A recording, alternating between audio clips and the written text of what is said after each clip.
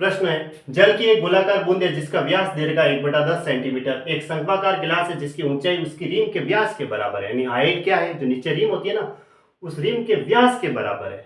रीम का जो व्यास क्या होगा, जैसे अगर त्रिज्या आर है तो व्यास 2r हो गया, तो उसकी ऊंचाई फिर 2r हो गई। यदि जल की 32,000 बूंदे उस गिलास को पूरा भर दे तो गिलास की ऊंचाई कितनी है। एक गोलाकार बूंद का व्यास दे रखा है, जल की जो एक गोलाकार बूंद होती है उसका व्यास दे रखा है। तो जल की जो बूंद होती है वो गोलाकार है, इसने कहा है, और वैसे भी गोलाकार होती है। उसका व्यास दे रखा है, तो गोले का आयतन होता है 4/3 पाई r क्यूब, है ना। तो 4/3 pi r cube, pi R cube. अब आर क्या होगा, व्यास अगर 1/10 है तो त्रिज्या क्या होगी, इसकी आधी होगी। तो इसका आधा कितना हुआ, 1/20। तो इसका क्यूब है 1/20, 1/20, 4/3 पाई r क्यूब होता है। ये तो एक बूंद का आयतन आया, एक बूंद आई। उस एक बूंद का आयतन कितना है, तो 32,000 बूंदे लेनी है टोटल। तो 32,000 से गुणा कर दो, 32,000 बूंदे ली और फिर इसको एक गिलास में डाल रहे हैं, तो ये 32,000 बूंदों का आयतन हो गया। अब गिलास कैसी है, शंक्वाकार है, तो उसके आयतन के बराबर होगा।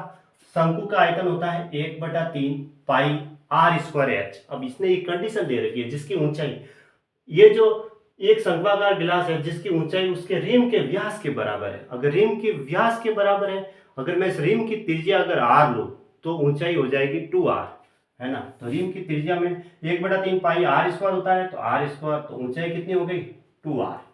ऐसे इसमें इस 32,000 बूंदों को इसमें डाला जाता है, ठीक है। यदि जल की 32,000 बूंदे उस गिलास को पूरा भर दे तो गिलास की ऊंचाई क्या है, गिलास की ऊंचाई तो है वो उसके व्यास के बराबर है ना, व्यास के बराबर है। अगर त्रिज्या r है तो व्यास 2r हुआ, तो इसका मतलब ऊंचाई है वो 2r भी।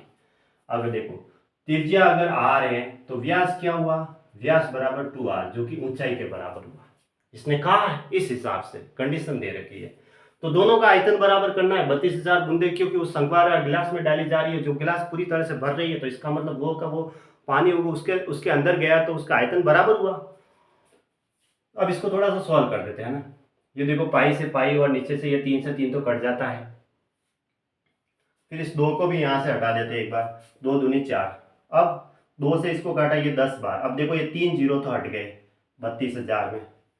अब 2 दूनी 4 होता है, 4 को इससे गुणा करूँगा 8 बार गया, तो 8 बराबर आया r³, यानी कि r बराबर क्या आ गया, ये किसका क्यूब होता है, इसका अगर घनमूल है तो 2 का क्यूब 8 होता है, तो r बराबर आ गया 2, ठीक है। अब हमें क्या चाहिए, गिलास की ऊंचाई चाहिए, तो ऊंचाई h बराबर थी 2r, यानी कि 2 × 2 बराबर 4 सेमी। ये इसका आंसर हो गया, तो ऑप्शन बी राइट है। ऐसे एक 48 मीटर लंबी, 16.5 मीटर चौड़ी और 4 मीटर गहरी खाई के कितने भाग को 4 मीटर व्यास और 56 मीटर लंबी बेलनाकार सुरंग की खुदाई से निकले पत्थर और मिट्टी से भरा जा सकता है। एक बेलनाकार सुरंग है, उसका व्यास दे रखा है और उसकी लंबी जो उसकी हाइट है उस वो दे रखी है। वहां से मिट्टी निकाली, मिट्टी निकाल के इसके अंदर डाली, खाई के कितने भाग में डाली, इसकी लंबाई दे रखी है, खाई की चौड़ाई भी दे रखी है और गहराई भी दे रखी है, ठीक है। वैसे तो इसकी लंबाई चौड़ाई और गहराई दे रखी है, लंबाई चौड़ाई और ऊंचाई, तो इसका आयतन होता है लंबाई गुणा चौड़ाई गुणा ऊंचाई, ये होता है। लेकिन बेलनाकार सुरंग से जो मिट्टी निकाली गई है उस मिट्टी को इसके अंदर डाला गया है, तो इसका कितना भाग भरा जा सकता है। तो बेलनाकार सुरंग से पूरी मिट्टी निकाली तो उसका तो पूरा आयतन होगा, और इसका कितना भाग भरा गया, तो इसके आयतन को, इसके n भाग को या x लिख देंगे, उसके x से गुणा कर देंगे। तो इसका वैसे आयतन क्या होता है, लंबाई गुणा चौड़ाई 48 गुणा 16.5 गुणा 4।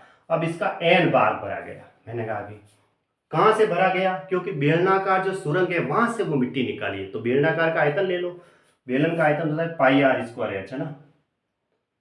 बेलनाकार सुरंग है, पाई की वैल्यू तो 22/7 होती है। r², r क्या होगा, 4 मीटर व्यास है तो त्रिज्या आधी हो जाएगी, 2 × 2, h दे रखी है 56 मीटर। अब इसको सॉल्व कर देते हैं, ये पॉइंट हटेगा तो नीचे एक जीरो लग जाएगा। अब 7 से इसको काटा 8 बार, 856 है ना। फिर इसको डायरेक्ट काट दो, 8 × 8, तो यहाँ रहा 8 संग 48। फिर देखते हैं 2 से काट देते हैं, ये 4, ये पूरा गया 4, यहाँ तो सिर्फ अब 22 रहा है। अब 2 से एक बार काट देता हूँ, 11 बार ये, और यहाँ 3 रहा, ठीक है। अब 11 से काट दो इसको, 11 5 11 एकम 11, 11×55, ठीक है। फिर ये 5 से काट दो 2 बार और ये 3 बार, तो इधर कितना आया 9/2 गुणा n बराबर 1। तो हमें तो n चाहिए, कितना भाग था, n बराबर हो गया 2/9 भाग, है ना। ये इसका आंसर हो गया, यानी कि 2/9। ऑप्शन बी सही है।